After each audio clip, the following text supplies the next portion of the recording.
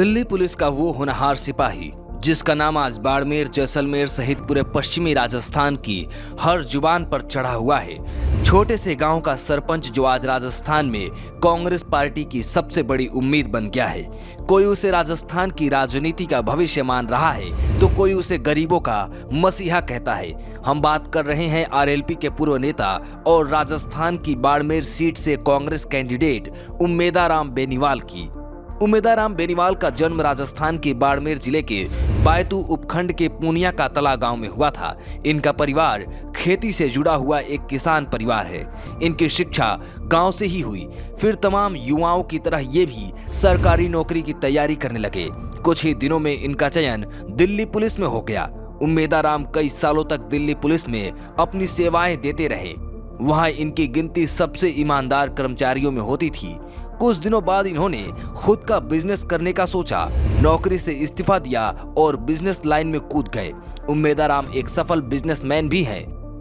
एक तरफ उम्मेदाराम बिजनेस में तरक्की करते गए तो साथ ही साथ इन्होंने राजनीति में भी हाथ आजमाना शुरू कर दिया। इनकी राजनीति की शुरुआत तब हुई जब इन्होंने अपने गांव पूनिया का तला में सरपंच का चुनाव लड़ा। वो चुनाव इन्होंने बड़े मार्जिन से जीता। समय बीतता गया और फिर आया 2018 का साल।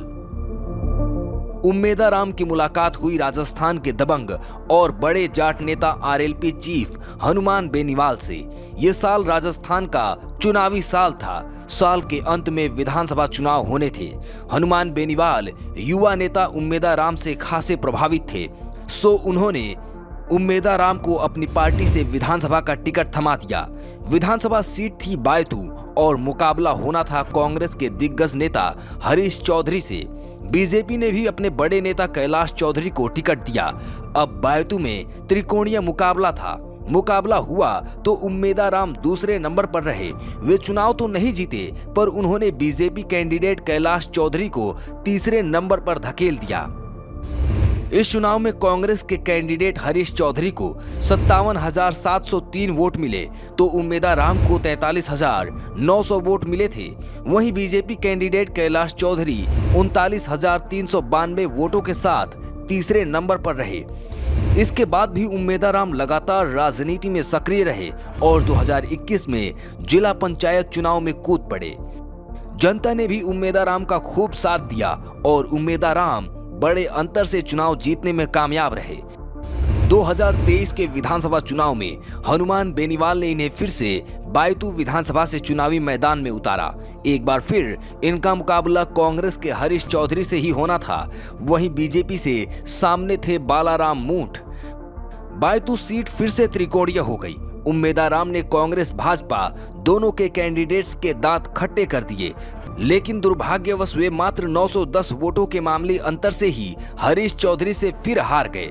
इस चुनाव में उम्मेदाराम को 75,911 वोट मिले थे, जबकि कांग्रेस के हरीश चौधरी को 76,821 और बीजेपी के बालाराम को 51,720 वोट मिले थे। 2024 में आरएलपी व कांग्रेस के गठबंधन की खबरें खूब चली।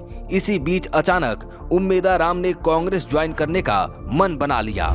आरएलपी से इस्तीफा देते हुए उम्मेदाराम ने सोशल मीडिया अकाउंट एक्स पर लिखा, राम राम साथियों, आप सबकी भावनाओं के अनुरूप मैं सार्वजनिक जीवन का एक बड़ा फैसला लेने जा रहा हूं। राजनीतिक कारणों के चलते आज इसी समय मैं आरएलपी की प्राथमिक सदस्यता से इस्तीफा देता हूं।